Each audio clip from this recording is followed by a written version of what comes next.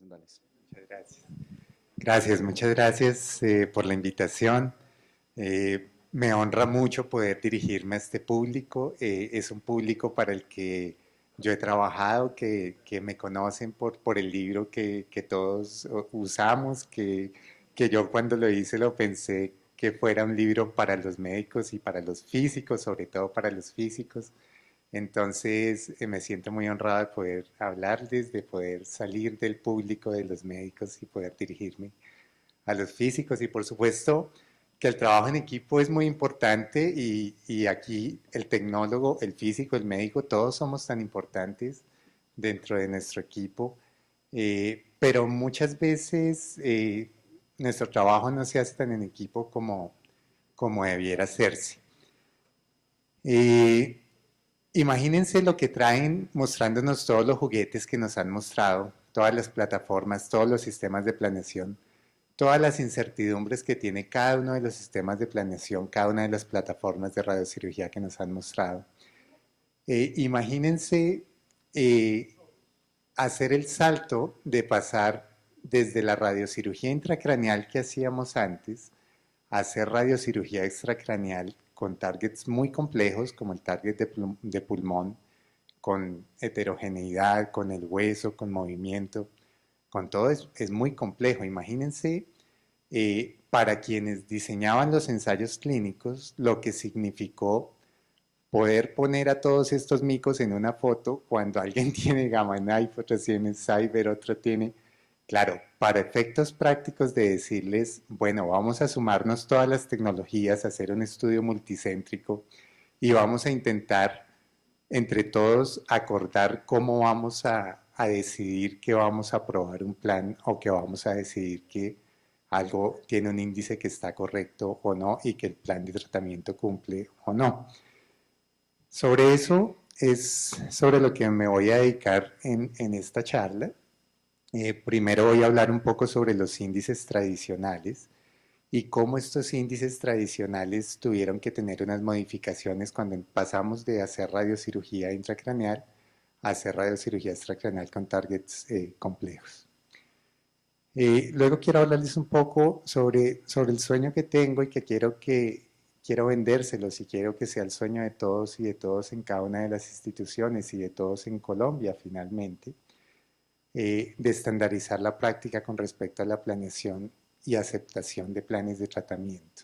Y finalmente quiero hacerles unas poquitas recomendaciones específicas por localización que, que creo que es lo más relevante. No me traje toda la clínica, no me traje toda la evidencia, hay cosas que me salto de evidencia, pero quiero darles un mensaje importante con respecto a unas cosas críticas que considero que deberíamos estar haciendo.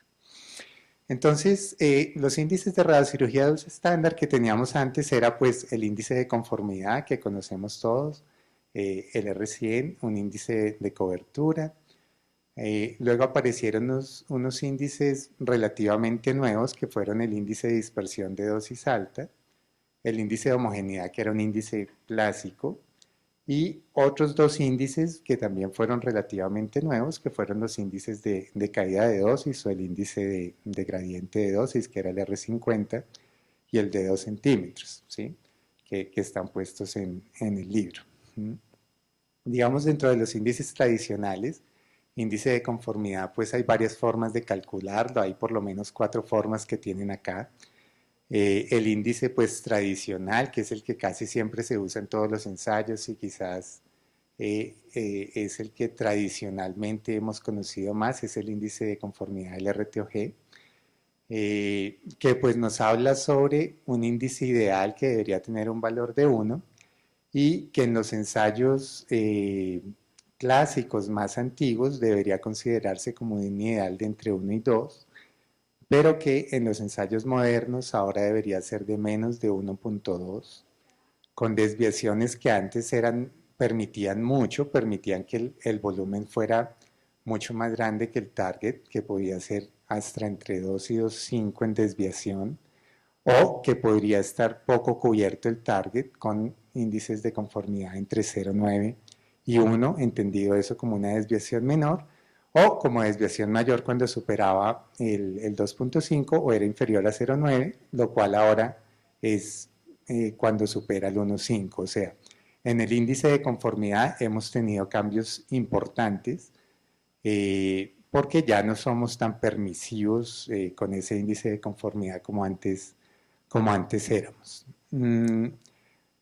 Hay algunas situaciones en que el índice de conformidad clásico del RTOG no se usa tanto y han usado más este último índice de conformidad mejorado de Van Riet y Paddick, sobre todo para los casos de radiocirugía de pulmón, pero bueno, digamos que en general el índice de conformidad es el tradicional, que es el volumen cubierto por la isodosis de prescripción con respecto al volumen del PTB.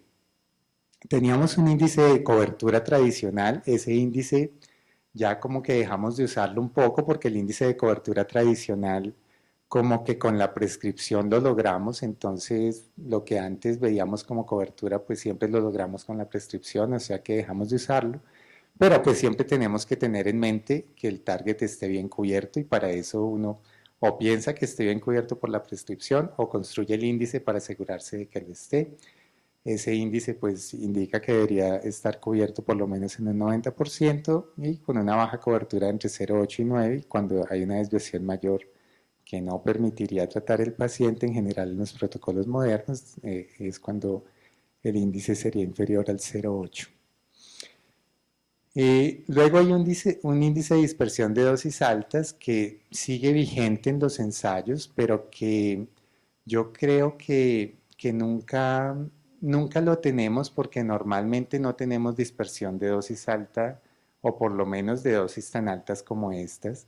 Ese índice se construía con el 105, se miraba qué dosis del 105% había por fuera del volumen y se comparaba con el tamaño del volumen y se evaluaba que esa dosis dispersa alta no fuera más allá del 10 al 15% en relación con el volumen del target.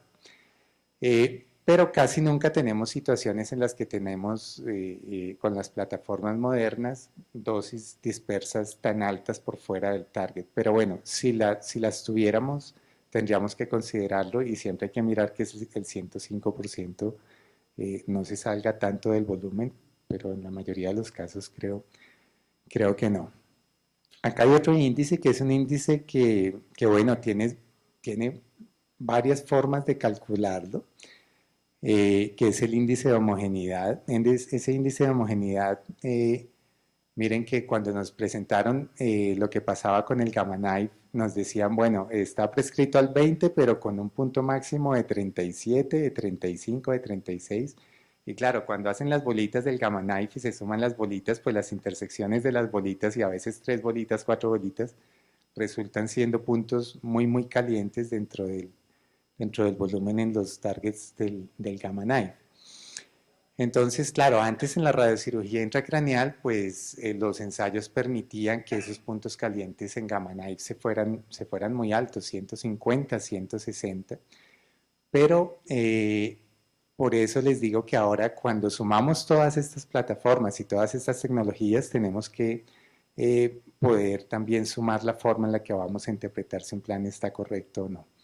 Entonces el índice de homogeneidad sigue siendo importante. El índice de homogeneidad clásico es simplemente dividir la dosis máxima sobre la prescripción, que es el índice del RTOG.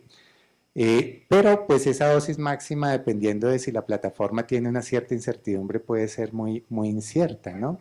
Así que se han hecho modificaciones de ese índice de homogeneidad, haciendo que ese máximo no sea el máximo absoluto, sino sea el máximo que recibe o los 0,03 o el D2 o el D1 o la diferencia del D2 al D98 o del D5 al D95, ¿sí? Yo diría que, aunque no hay un consenso al respecto, uno pensaría que quizás el índice de homogeneidad del RTOG es como el más clásico, pero uno quisiera modificarlo para tener en cuenta la incertidumbre del sistema de planeación al calcular los máximos en volúmenes muy pequeños. Así que se hicieron máximo modificado, ya sea con el 1cc o con el D2 para que esto fuera un poco más real y no estuviera hablando de puntos inciertos en el volumen. Pero bueno, sobre esto No hay una recomendación. Cuando se hablaba del índice de homogeneidad, se hablaba de que máximo fuera de 2, o sea, teníamos la posibilidad de que tuviéramos un 100% más caliente la dosis en los puntos calientes que en la zona prescrita. Y cuando superaba el 2 al 2.5 era una desviación menor, y si superaba el 2.5 era una desviación mayor. Vamos a hablar de cómo esto ha ido avanzando, pero tenía que contarles un poco sobre cómo se hacía antes y cómo eso ha venido modificándose. Luego, antes en la radiocirugía intracraneal no teníamos tanto estos dos conceptos, y estos dos conceptos surgieron un poco más cuando comenzamos a hacer radiocirugía extracraneal, que fue el índice de dispersión de dosis baja, que fue cuál es la dosis máxima que se recibe a los 2 centímetros en el punto más alto, localizado en esa dirección del PTB a 2 centímetros. Cuando teníamos los ensayos lo que hacían era que ese SD2 variaba de acuerdo con el tamaño del PTB. Obviamente entre más volumen, pues la dosis máxima a los 2 centímetros cambiaba, y para eso había unas tablas. Y luego teníamos un R50, que era la dispersión de dosis intermedia, o lo que se llama gradiente de dosis, o el índice de gradiente, que es qué tan rápido cae la dosis intermedia luego de que se finaliza el volumen, y ese se construía con el volumen del tejido sano que recibe el 50% de la dosis prescrita con respecto al volumen del PTB, ¿sí? Y ese se llamaba el R50, ¿sí? Para esto también había unos valores ideales y unas desviaciones que variaban con el tamaño del PTB. Miren que estos son dos estudios de radiocirugía de pulmón. Son las dos tablas clásicas que hay en los estudios del RTOG, ahora NRG, en la que teníamos unos valores de aceptación para el R50, para el D2 y, bueno, específicamente algunos otros valores para el B20 en el pulmón. Pero si se dan cuenta, estos dos estudios, que son los dos de radiocirugía de pulmón, uno el 0618 y el otro el 0813, uno es como del 2011 y el otro es como del 2013 o algo así, ¿sí? Son dos estudios que apenas tienen 2 o 3 años de diferencia, pero miren cómo la tabla de aceptación cambió. Miren los valores, por ejemplo, para el 30 Grace, que es el mismo R50 en este estudio, miren que los valores estaban por debajo de 3.9, pero para el estudio actualizado esos valores estaban entre 5.9 y 7.5, si se dan cuenta, o sea que teníamos unas diferencias muy, muy, muy importantes, ¿sí? Cuando yo hice el libro, esos estudios yo los puse en una tabla de los estudios antiguos y los estudios nuevos, y puse en el libro, bueno, pensemos siempre en los estudios nuevos, pero realmente no tenía claro por qué eso venía cambiando. Cuando yo publiqué el libro, pues yo vi, esto cambió, pero nunca logré entender por qué cambió. Simplemente leí que eran más difíciles de cumplir los constraints, no tenía claro por qué razón. Y había cambiado y había unos estudios nuevos y tocaba cumplirlos, ¿sí? Entonces en el libro hay una tabla de aceptación para estudios antiguos, para estudios nuevos, y lo que recomiendo en el libro es que se use la de estudios nuevos sin tenerlo muy claro de por qué era, ¿sí? Pero claro, ahora lo entiendo mejor, y esto surge de por qué, de esa complejidad que les decía, de intentar sumar 1000 plataformas, 1000 sistemas de planeación en un solo ensayo clínico y darle criterios de aceptación a todas esas plataformas, todos esos sistemas de planeación, ¿sí? Entonces, claro, comenzaron a hacer los estudios de calidad de los planes en cada uno de los ensayos que habían llevado a cabo, y se dieron cuenta de que había muchas incertidumbres que no se habían tenido en cuenta cuando se plantearon los objetivos de conformidad o de homogeneidad en los ensayos. Por ejemplo, hay dos muy importantes que son los que fueron pivotales para cambiar esos constraints. Uno es lo que se hizo sobre el estudio Russell. Cuando se hizo el estudio Russell, que era un estudio multicéntrico para radiocirugía de pulmón, en el ensayo se permitía que hubiera estudios que hubieran sistemas de planificación que tenían corrección de heterogeneidad y que no tenían corrección de heterogeneidad, ¿sí? Y cuando se dieron cuenta, la corrección de heterogeneidad tenía un cambio radical en lo que se lograba y en la aceptación que se podía tener del plan de tratamiento, ¿sí? Entonces, el estudio Russell planteó ya desde esto que ya es 2009, ¿sí? Planteó ya sobre cómo debería haber un diferencial entre la aceptación que yo tenía si mi sistema de planeación tenía corrección de heterogeneidad en targets en los que se requiere como pulmón o si no lo tenía. Entonces, miren que aquí hizo un modelo de tipo A o un modelo de sistema de planeación de tipo B. El modelo de tipo A no tiene corrección de heterogeneidad, el modelo de tipo B sí. Y miren cómo esto fue el principio de por qué debían cambiarse las cosas y cómo acá el R50 y el D2 son radicalmente distintos dependiendo de si se utiliza un algoritmo estándar o un algoritmo con corrección de heterogeneidad.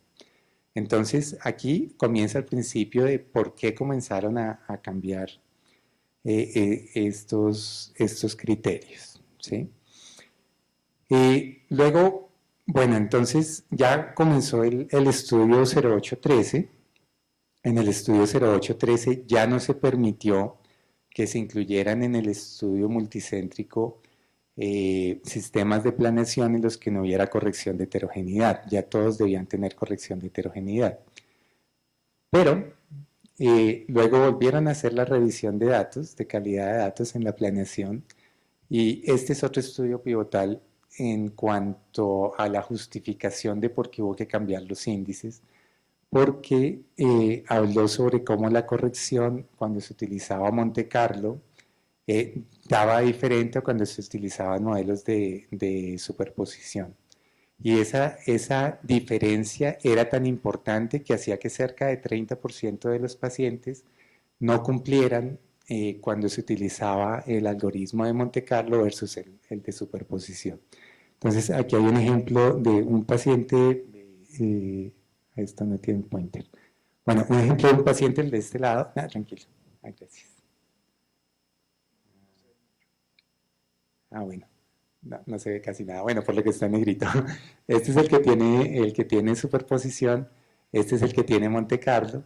Y si se dan cuenta, la dosis pareciera ser más restringida en el que tiene superposición, pero cuando se recalcula con Monte Carlo, la dosis realmente es mucho más dispersa. Y eso puede significar que este paciente cumplía acá los criterios del estudio y este no cumplía, ¿sí? Entonces, claro, poniendo todo esto, entonces dijeron, no, pues hagamos unos criterios que consideren todas estas modificaciones y entonces plantearon algunas modificaciones. Bueno, miren cómo aquí algunos pacientes, esto fue un estudio de apenas 15 casos, pero fue un estudio, como les digo, pivotal, porque por ejemplo estos últimos pacientes de acá no cumplirían con los objetivos del estudio, tendrían desviaciones mayores. Miren acá el 1.6 del R100 cuando se utilizaban planes de superposición comparado con Monte Carlo. Así que estos fueron los dos estudios que condujeron al cambio de los objetivos de aceptación. Hay algunos estudios que hablan de cuál es la selección de mejores índices. Este es uno bonito para pulmón. Yo les compartí todas las diapositivas y se las quiero dejar para que luego puedan consultar los artículos. Hice una selección de los que me parecían más importantes. Entonces, eso solo como preámbulo de cómo entonces ahora es que hacemos recomendaciones actuales y hay un documento muy importante que me gustaría que todos conocieran, que es el del Consorcio del Reino Unido sobre Radiocirugía. Este documento hace un muy buen resumen de las recomendaciones actuales y me gustaría que lo conocieran. Entonces, con respecto a la prescripción, y yo creo que estas son las recomendaciones más actualizadas, que aunque se hace en el Reino Unido, también son las que utiliza NRG en sus estudios más modernos, entonces creo que son las que todos deberíamos comenzar a seguir. Entonces, con respecto a prescripción de dosis y normalización, tenemos entonces dos formas de prescribir. en pulmón y por fuera de pulmón. Cuando tenemos pulmón, pues entonces por el aire alrededor del pulmón la dosimetría es diferente y la aceptación es diferente.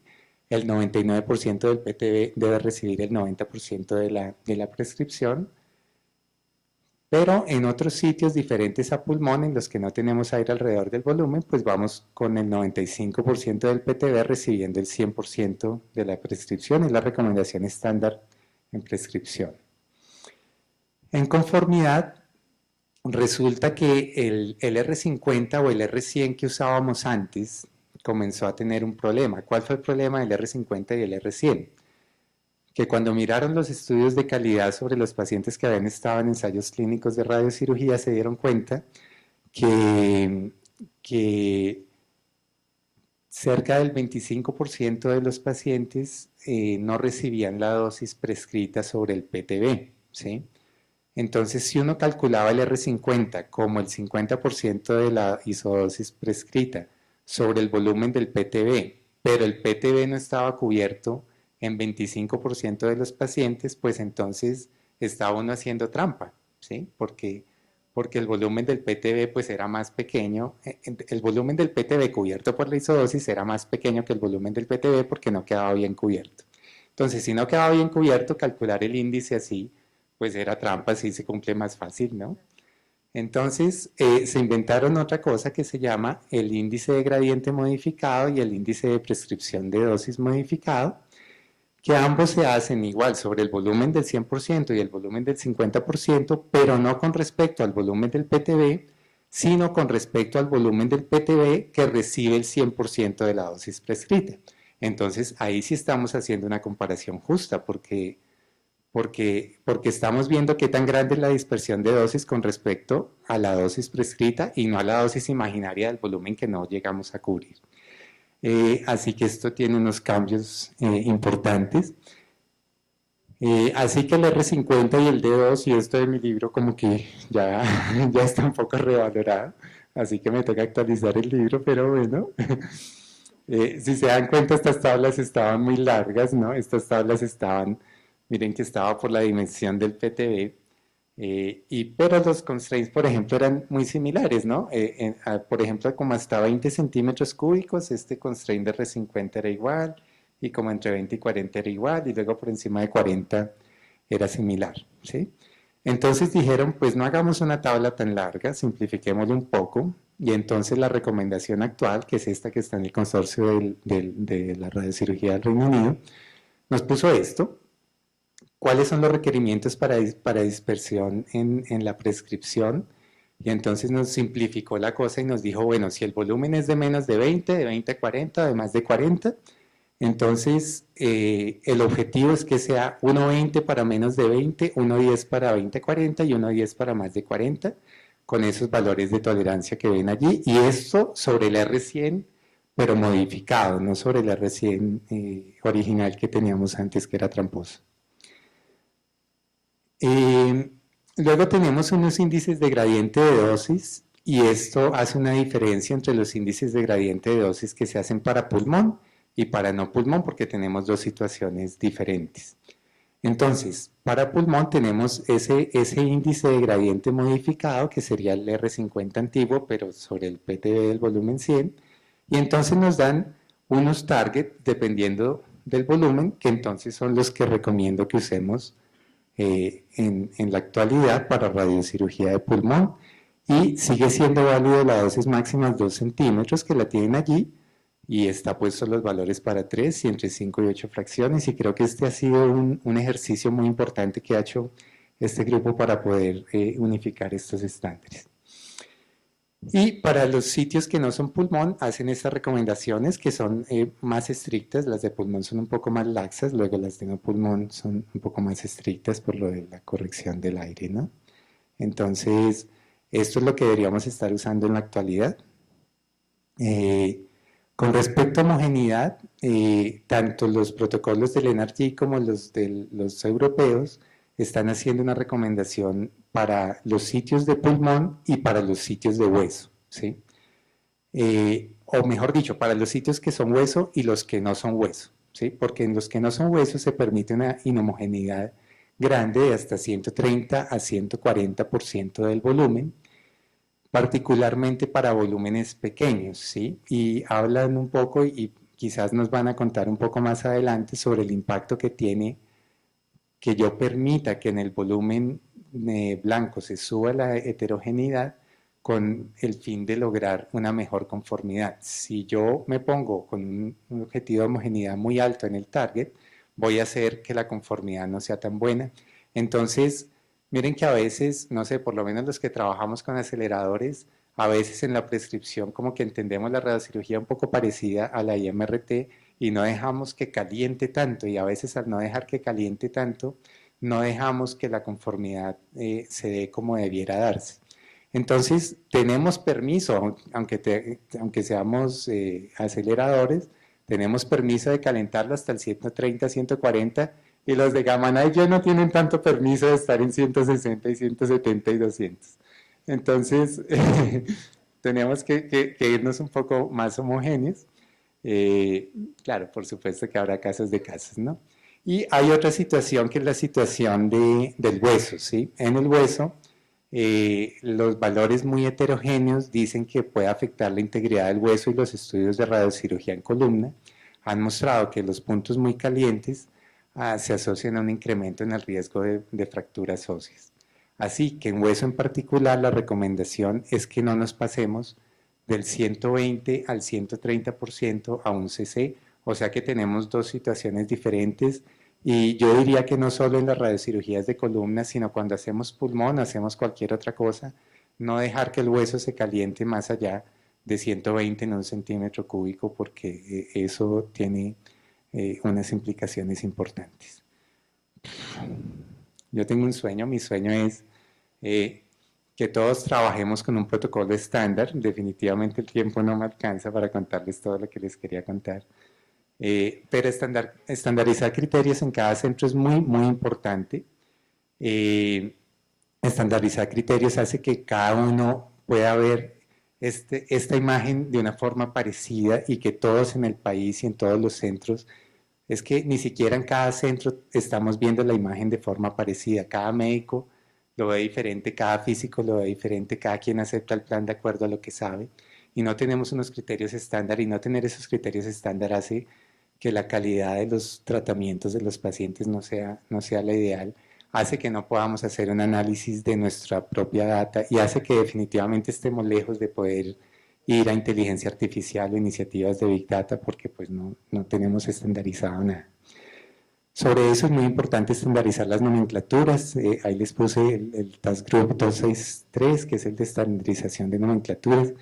A veces con nomenclaturas tan bobas que, miren, por ejemplo, estoy seguro que muchos centros tenemos la duda de si cuando utilizamos un bus integrado deberíamos ver el PTD con el bus incluido o con el bus excluido, porque entonces cómo lo analizo, y entonces si en un centro lo hacen A o B, y entonces es imposible hacerlo.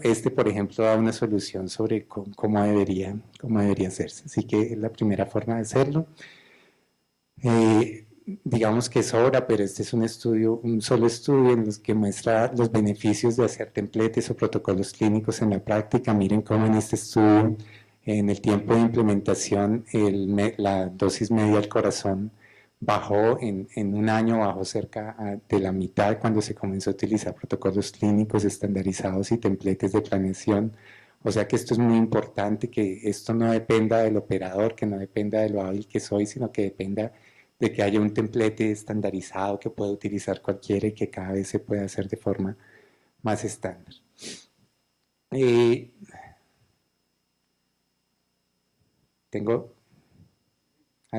todavía tengo 7 minutos, ¿no? Sí, ok, bueno. Tengo todavía un tiempito. Voy a pasar rápidamente algunas recomendaciones importantes sobre cada uno de los órganos. La primera, para metástasis cerebrales. A veces de pronto para los físicos no está tan claro cuál es la dosis que debería recibir el target, y nosotros los clínicos recientemente hemos tenido algún input sobre cuál es la guía para decidir la dosis que recibe. Esto viene de dos guías. Esto que está acá es un cuadro que tenemos nosotros en Centro, que he hecho yo, que recopila la información de los estudios del NRG, del antiguo RTOG, y que recomienda las dosis de acuerdo con el tamaño de la lesión o con el volumen, y incorpora las recomendaciones que se hicieron recientemente, porque algunos volúmenes muy grandes, una dosis única de 18 o 15 Grays era insuficiente, y por eso hacen recomendación de hacer más bien radiocirugía fraccionada. Entonces, allí hay un ejemplo, y estos son los dos artículos principales que soportan ese cambio en la práctica de no hacer radiocirugía en volúmenes grandes, así que para que lo revisen después.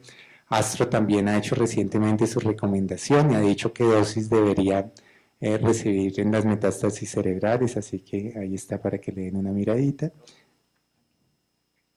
Sí, sí, tengo tiempo. Okay. Gracias. Sí, sí.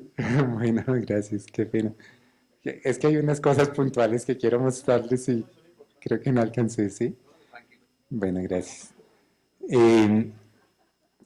Eh, bueno, entonces, para cerebro, una era esa, que era establecer la dosis, que es muy importante que tengan claro el concepto de por qué la dosis es diferente, y que ayuden también al médico, que a veces no verificamos siempre el volumen y se nos pasa verificar el volumen para indicar la dosis. Entonces vuelvo con un poquito más de calma al volumen, y es el volumen el que establece cuál es la dosis que voy a administrar. Por ejemplo, si el volumen tiene un tamaño mayor de 4 o entre 4 y 14 centímetros, ya no deberíamos estar haciendo dosis única de 18 Grays, o si es mayor de 14, no deberíamos estar haciendo dosis única de 15, sino que deberíamos estar haciendo o 2 de 11,6 o 3 de 8,5, que tienen un B12 de 40 Grays, que es equivalente a los 22 o a los 20, y que es el B12 que se ha asociado con mejor control de las metástasis cerebrales. Esto aplica tanto para la situación de metástasis cerebrales como para la situación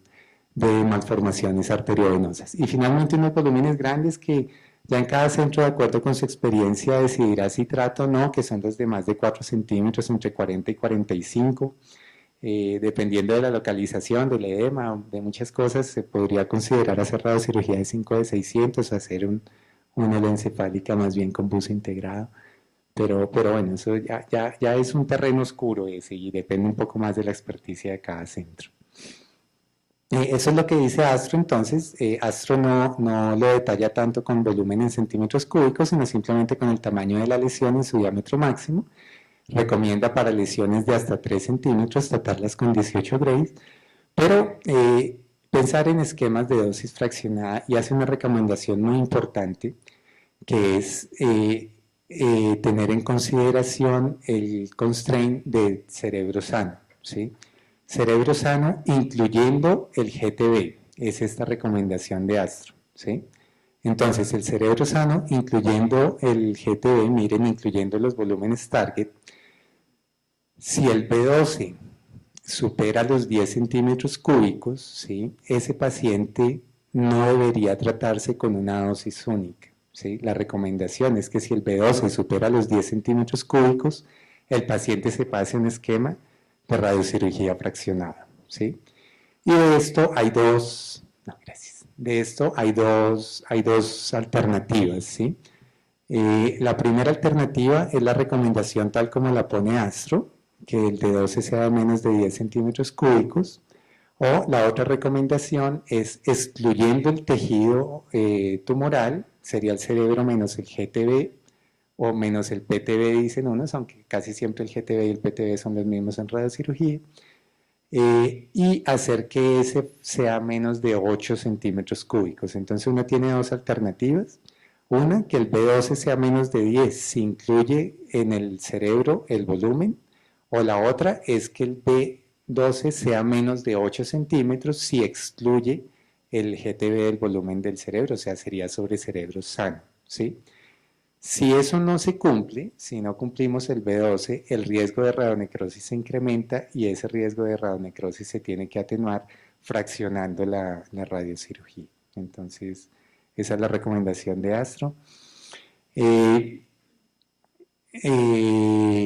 Hay otras recomendaciones, esa era la recomendación principal, pero miren que allí ellos recomiendan Astro, el lado de allá, que el B12 sea menos de 5 si queremos que el riesgo de radionecrosis sea menos de 10. El que plantearon que fue de 10 centímetros, tenemos un riesgo de radionecrosis de 15. Y cuando nos vamos al B12 en 15 cc, estamos con un riesgo de radionecrosis de 20, por lo que eso ya pues no es permisible, ¿no? O sea que eso ya no lo podríamos hacer. Astro también hace una recomendación para radiocirugía fraccionada, que tienen ahí el constraint, que es importante que lo tengan también, que es entonces para 3 fracciones el V20 debería ser menos de 20 cc para tener un riesgo de radionecrosis del 10%, y el otro que es para fraccionada de 5 fracciones, que el V24 sea menor de 20 cc. Eso para el mismo riesgo de radionecrosis del 10%. Y bueno, hay otro estudio, no la recomendación de Astro, pero otro estudio en el HITECH, que bueno, algunas veces me llaman y me dicen, ayúdeme con un constraint para una cosa rara que el médico se inventó y no sé qué constraint le pongo. Entonces, ayúdeme para definir el constraint. Entonces, todos los estudios de HITECH tienen pues todas las recomendaciones para la mayoría de sitios, ¿sí? Hay algunos sitios difíciles, en los que hacemos radiocirugía, que el protocolo que hay que seguir es el COMET, porque a veces uno no tiene más de dónde agarrarse. El COMET es el que se usa y el que demostró beneficios en supervivencia, beneficios clínicos en supervivencia. Y en el protocolo COMET, que se los voy a dejar, les tengo una carpeta con bibliografía, está puesto bien cómo es la prescripción, cómo son las dosis permitidas y eso, para cuando uno les dice, bueno, radiocirugía en una costilla, miércoles, ¿cuáles son los constraints? ¿Cuál es el margen? ¿Cómo es la cosa? Entonces, el protocolo COMET les va a ayudar para que piensen en esa situación, ¿vale? Así que bueno, el HITECH tiene estas otras dos recomendaciones. Para 3 fracciones el B18 menor a 30 cc y para 3 fracciones el B23 menor a 7 cc. Eso es lo que dice el HITECH. Bueno, eso solo una mirada rápida para cerebro. Ahora quiero hacer una mirada rápida para pulmón. Voy a tratarlo todo un poquito rápido.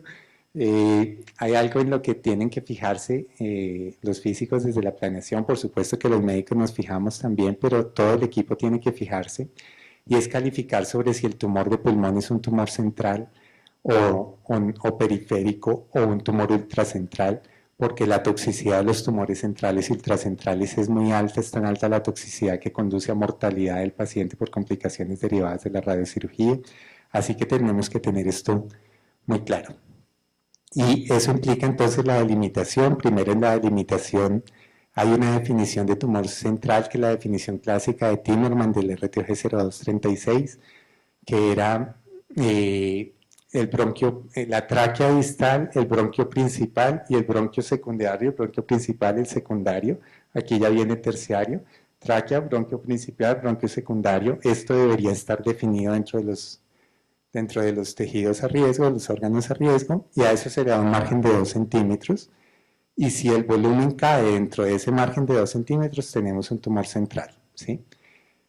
El problema es que esa definición se le escapaban algunas cosas que comenzaron a obtener toxicidad a los pacientes, y como no estaban definidos como tumor central, los tratamos como tumor periférico y les dimos dosis muy altas, y luego tuvieron toxicidades en otras zonas. Así que una definición actualizada de lo que sería un tumor central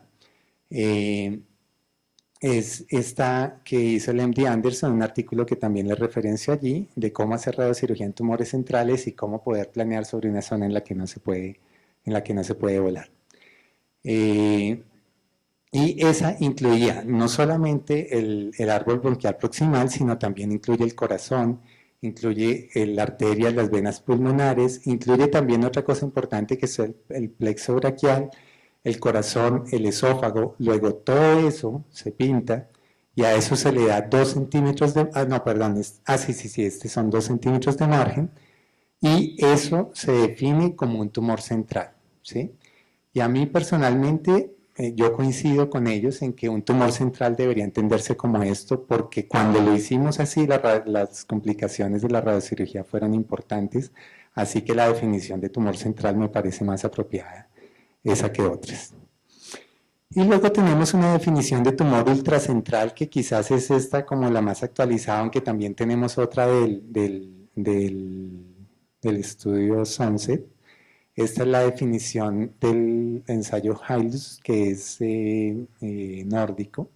Y entonces se define como cualquier GTB que esté a 1 centímetro o menos del árbol proximal bronquial o que se sobrelape con la tráquea o los bronquios principales. ¿Sí? Eso se define como un tumor ultracentral. Hay varias definiciones de tumor ultracentral. Les puse esta tablita que es la tablita del estudio Sunset, que es importante que lo conozcan porque le ayuda a uno mucho a pensar en los objetivos de planeación. Entonces, después de haber pensado si tengo un tumor central o ultracentral o periférico en contacto con la reja, entonces es que nosotros los radiooncólogos definimos la dosis que va a recibir el paciente. Entonces esto es para contarles cómo lo hacemos. Cuando tenemos tumores periféricos a más de 1 centímetro de la reja nos vamos por 3 de 18, cuando ese tumor periférico está en contacto con la reja nos vamos por 5 de 10, tumores centrales pero que está en contacto en corazón, ilio mediastino, sin incluir esófago, sin incluir árbol bronquial, tráquea, nos vamos un poco más suave, ¿sí? Los que es corazón o mediastino, 8 por 7, 5, y los que ya están en contacto con esas otras estructuras, nos vamos con 10 de 600 o 700. Incluso, si lo miran, hay algunos estudios que, por ejemplo, si incluyen pacientes de esófago, no los consideran para tratamiento de tumores ultracentrales porque la toxicidad es muy alta. Acá entonces está, para que quede dentro de la bibliografía, las recomendaciones de restricciones de dosis de lo que sería un ejemplo de un tumor que no tiene contacto con la reja, que se trata en 3 fracciones de 20, que serían estas. Allí hay otra para tumores centrales que sería el RTG 0813, para que las tengan. Mi objetivo fue intentar que tuvieran acceso a esas restricciones para que pudieran replicarla en sus protocolos clínicos. Aquí que es un estudio también pivotal que era del MD Anderson sobre las recomendaciones para disminuir toxicidad de dosis en pacientes con tumores centrales. Después del análisis de toxicidad hicieron una recomendación actualizada de los constraints. Acá están para que los tengan también, que es importante tenerlos en cuenta. Y luego 2 situaciones más. La situación en la que el tumor está en contacto con corazón o mediastino, que el protocolo importante para tener en cuenta y para contener en su protocolo, en su templete, sería el LONGTEC, que va de 7.8 fracciones de 7.5 Grays. Son estos los constraints. Y luego los de tumores ultracentrales, que nos iríamos por las 10 fracciones de 6 Grays. Y estos serían los constraints que corresponden al protocolo Sunset. Bueno, entonces allí tendríamos reunidos como todos los protocolos, todos los constraints que son un poco específicos para cada protocolo para que puedan considerarlos por si los quieren incluir en sus templates.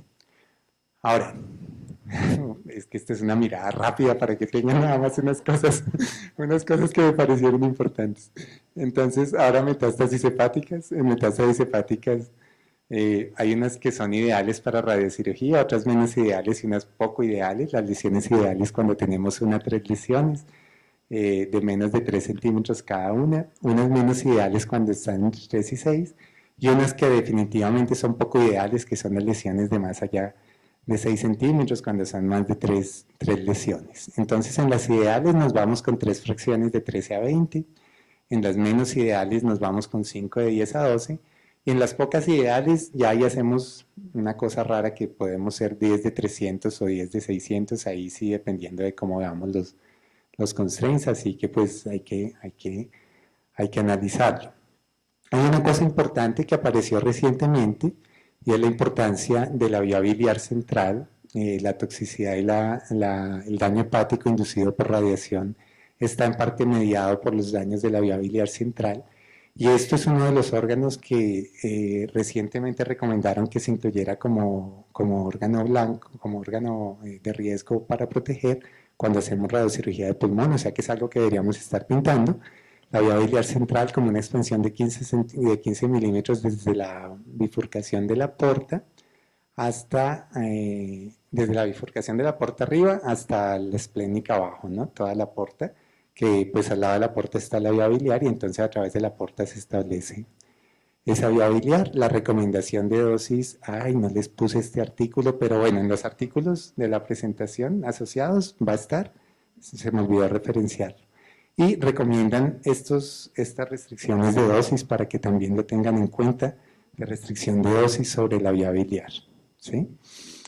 También están los constraints, solamente puse este como ejemplo, pero en el documento del Consorcio del Reino Unido de Radiocirugía están todos los constraints para todas las localizaciones, están actualizados, ellos ya me hicieron mi tarea del libro, o sea que el libro yo creo que ya no va a salir, pero bueno, ellos lo hicieron toda, bueno. Finalmente, algo más sobre cáncer de próstata y radiocirugía en cáncer de próstata. Digamos que el estudio acá pivotal es el PACE-B, ¿sí? Estos son los constraints del PACE-B que no están tan fáciles de encontrar o no siempre se encuentran tan fácil. Se los he puesto allí para que los tengan para recto, vejiga, para la uretra prostática y una cosa importante y es que en la uretra prostática este estudio que es el PACE-B, acá lo ven, el PACE-B en dosis equivalente es el que tiene más dosis equivalente elevada para la uretra.